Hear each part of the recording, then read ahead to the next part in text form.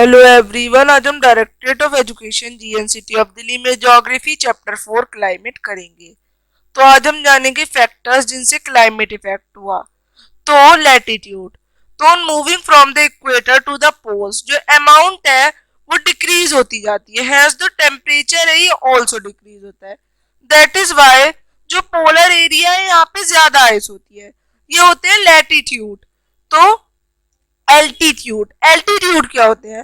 As one move, जब कोई भी मूव करता है सरफेस ऑफ अर्थ से हायर एल्टीट्यूड पे, तो एटमॉस्फेयर थोड़ा कम डेंस हो जाता है जिसकी वजह से टेम्परेचर घट जाता है और हमें सांस लेने जैसी प्रॉब्लम और ठंडक का एहसास होता है हिली एरियाज में, गर्मियों में भी।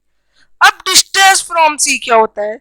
तो as the distance from the sea जितना जितना बढ़ेगा, अगर हम ज्यादा सी के पास रहेंगे तो हमें ज्यादा अच्छा वेदर मिलेगा, हमें कूल कूल सा लगेगा, पर जितना दूर रहेंगे उतनी ही गर्मी लगेगी हॉट एरियाज में। इसी वजह से मुंबई जो है ये एक्सपीरियंस करती है कूल वेदर और दिल्ली में इतना नहीं होता। तो प्रेशर एंड विंड सिस्टम, तो the pressure and wind system जो है एक एरिया का, ये डिपेंड करता है उसकी लैटिट्यूड या एल्टीट्यूड पे। तो जब हायर टेम्परेचर होता है तो इससे प्रेशर लो हो जाता है। ओशियन करंट क्या होते हैं? तो अलोंग विद ऑन शोर, जब विंड वार्म होती है कोल्ड ओशियन से आती है तो इसमें करंट जैसा पास होता है जिसको ओशियन करंट्स कहा जाता है, जिससे वेदर पे इफेक्ट पड़ता है। वेदर या तो गर्म हो जाता है ठंडा।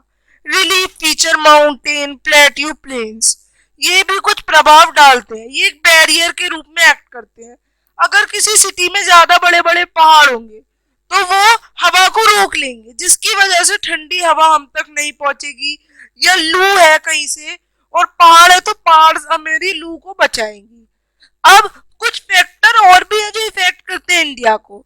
तो एस ट्रॉपिक ऑफ कैंसर पास करता है मिडल ऑफ कंट्री में, सो यहाँ पे जो क्लाइमेट है ये ट्रॉपिकल और सब ट्रॉपिकल दोनों होता है। ये एक लैटिट्यूड है ट्रॉपिक ऑफ कैंसर। एल्टीट्यूड, तो इंडिया में माउंटेन्स है, एक एवरेज हाइट 6000 मीटर्स तक। तो हिमालय प्रिवेंट करते हैं कोल्ड विंड को from central Asia from entering the sub continent, और इसी की वजह से माउंटेन्स इंडियन सब कॉन्टिनेंट है। प्रेशर एंड विंड, तो जो प्रेशर और विंड कंडीशन है इंडिया में ये यूनिक है। तो विंटर के समय हाई प्रेशर रहता है नॉर्थ में और कोल्ड ड्राई विंड्स चलती हैं लो प्रेशर एरियाज की तरफ, और ये साउथ की तरफ भी बढ़ती है। इन समर जब लो प्रेशर डेवलप होता है नॉर्थ वेस्टर्न इंडिया में तो इसकी वजह से इसका उल्टा हो जाता है।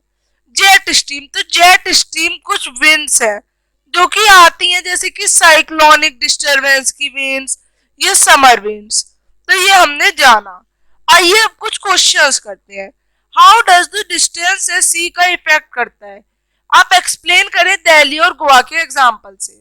The distance from the sea, ocean heat up and cool down much more slowly than land.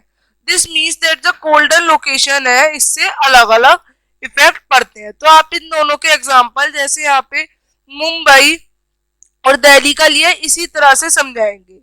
बस यहाँ पे मुंबई की जगह गोवा लिख देंगे और दिल्ली दिल्ली रहेगी। अब आगे फैक्टर्स बताएं जिन्होंने क्लाइमेट ऑफ इंडिया को इफेक्ट किया। Latitude, altitude, pressure, wind system, ocean current and distance from the sea and relief feature. अब कौन सी विंड जो है ये ब्रिंग करती है rain in India during summer? तो समर मॉनसून विंड्स। आगे अब हिमालय क्यों जरूरी है? तो it is the origin of many river, यहाँ से बहुत सी रिवर क्रॉस होती है और ये ड्राई विंड्स को भी प्रिवेंट करते हैं जिससे हमारा रीजन ज्यादा जो है वार्म नहीं रहता। तो इस तरह से आप ये आंसर लिखेंगे। अब हम मिलेंगे अगली वर्कशीट्स के संग, तब तक के लिए बाय।